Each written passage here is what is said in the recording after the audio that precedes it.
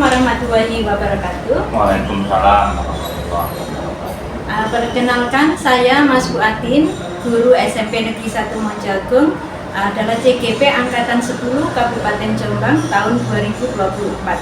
Pada kesempatan kali ini saya akan melakukan wawancara dengan Bapak Yoni Trijoko Kurnianto SPD MSI selaku Kepala Sekolah SMP Negeri 1 Mojagung. Beliau adalah Bapak Yoni Trijoko Kurnianto SPD MSI, berusia 53 tahun, pangkatnya adalah 4B atau pembina tingkat 1. Beliau adalah menjabat Kepala Sekolah SMP Negeri 1 Mojagung sejak bulan April tahun 2022. Kita mulai ya Bapak. Assalamualaikum warahmatullahi wabarakatuh. Terima kasih Bapak sudah menyempatkan waktu untuk melakukan wawancara dengan kami selaku CGP Angkatan 10. Bapak sudah berapa lama menjabat Kepala Sekolah di SMP Negeri 1 Mojagung? Untuk di SMP Negeri 1 Mojagung, insya Allah sudah 2 tahun ini Mei, Juni, itu 3 bulan menuju ke 4 bulan. Sebelumnya di SMP Negeri 1 Mojowarno selama 3 tahun 3 bulan, dan sebelumnya di SMP Negeri 2 Ploso selama 2 tahun 7 bulan. Itu pengalaman kepala sekolah yang saya jalani. Iya, Bapak selama menjadi kepala sekolah di SMP 1 Mojagung ini, apakah Bapak pernah menghadapi kasus-kasus seperti kasus dilema etika atau bujukan moral begitu Pak? Rasanya hampir semua yang diberi tugas tambahan menjadi kepala sekolah pasti selalu menghadapi kasus-kasus dilema etika maupun bujukan moral.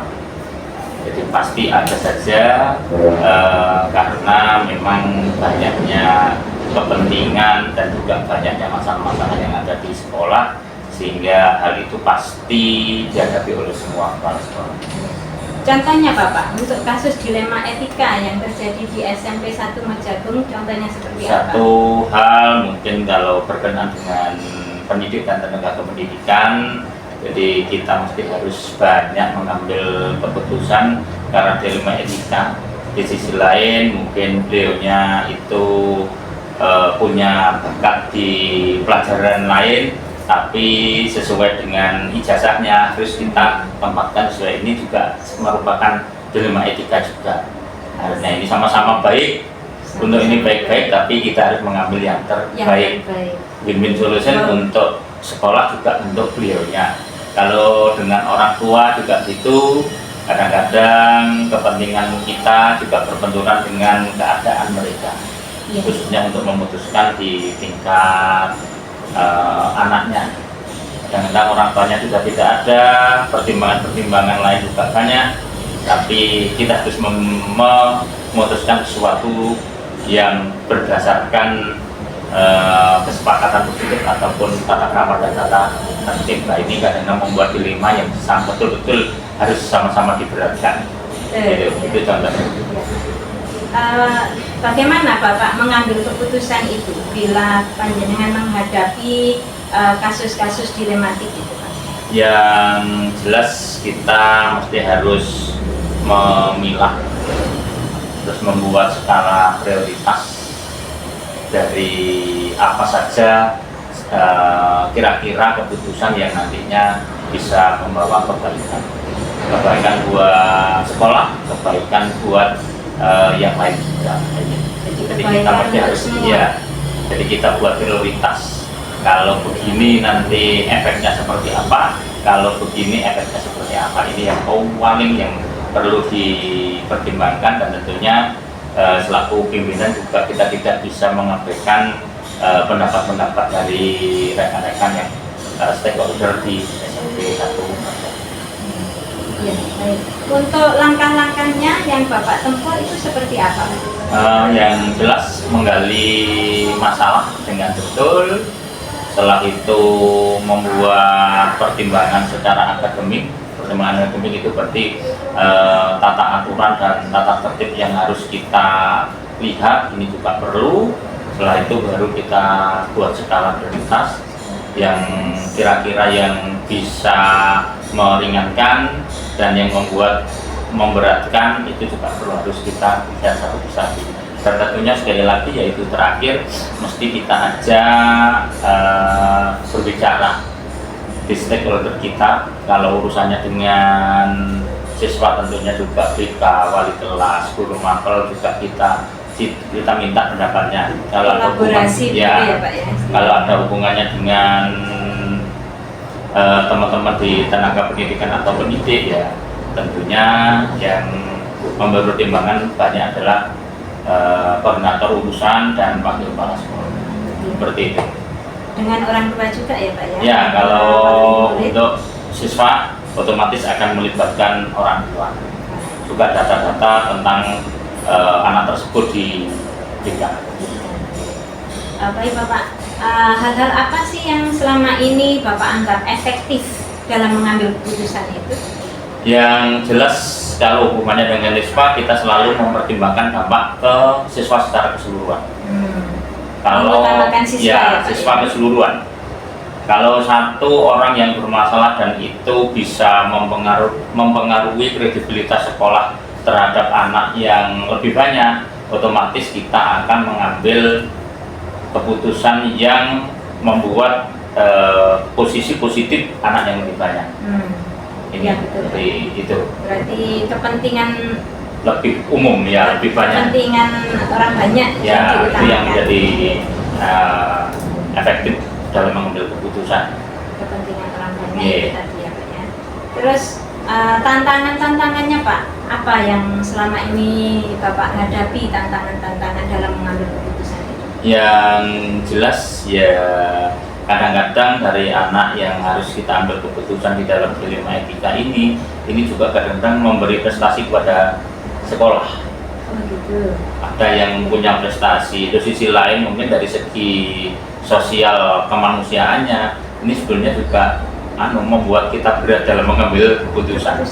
Ya, tantangan seperti itu banyak sekali kadang-kadang yang Bu, anak-anak yang harusnya kita kasihani, harusnya kita sayangi karena mungkin orang tuanya sudah tidak ada dan lain-lain.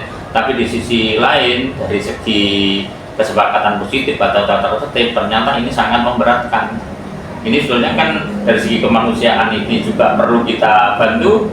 Di sisi lain di sekolah juga harus kita bantu. Tapi untuk membantu itu ternyata membuat nanti kredibilitas sekolah di mata anak yang lebih banyak ini semakin turun. Nah ini kan sama-sama memberatkan.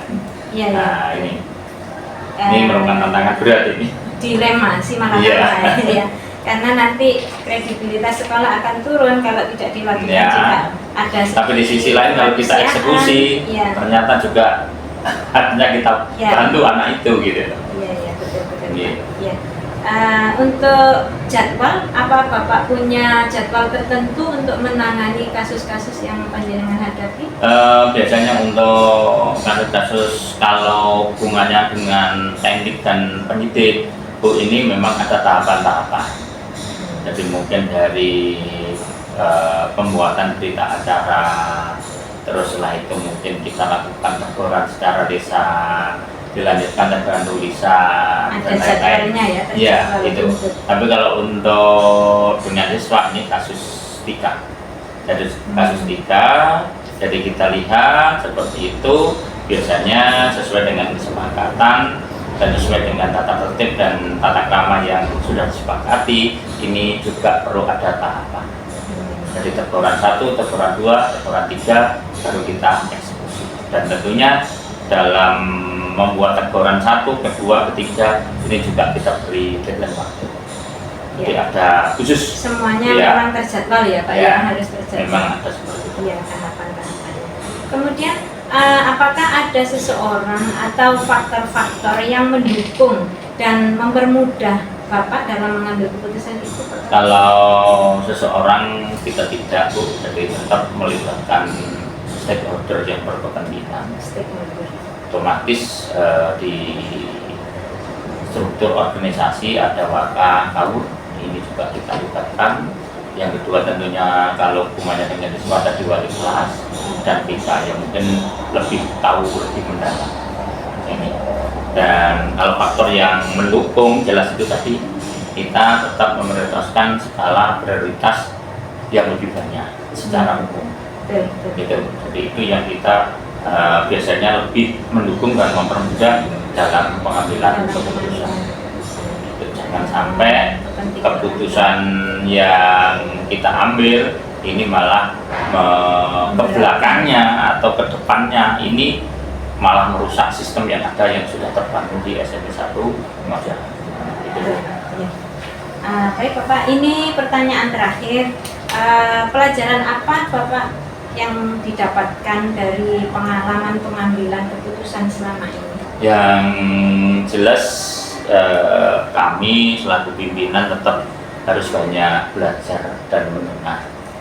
Jadi belajar dan mendengar, jadi belajar dari efek-efek yang ditimbulkan setiap masalah. Tentunya juga banyak mendengar masukan-masukan dari, kalau saya tidak mengatakan kawan, tapi teman kerja, rekan kerja yang ada di SMP 1 Mojagung. Karena pimpinan mungkin tidak akan tahu betul sampai mendalam, sehingga perlu masukan-masukan itu. Tapi tidak serta-merta kalau ada satu masukan kita ambil sebuah keputusan, tapi banyak sekali pertimbangan-pertimbangan, khususnya biasanya untuk di tenaga pendidik dan kependidikan. Nah, ini perlu banyak sekali pertimbangan, bukan adulan satu orang kita jadikan keputusan, tidak, tapi kita harus mengambil dari sisi-sisi yang berbeda. Itu sehingga keputusan kita dalam mengeputusan ini betul-betul tidak karena pengaruh like dan dislike dari orang Valid begitu ya Pak ya? Betul-betul valid. Jadi Iya. seperti itu. Terima kasih Bapak atas waktunya. Sama-sama. Mudah-mudahan pengalaman yang Bapak share ke kita bisa bermanfaat nanti ketika kita juga menjadi pimpinan seperti Bapak. Amin. Semoga semuanya bisa berjalan dengan baik. Amin. Terima kasih. Assalamualaikum warahmatullahi wabarakatuh.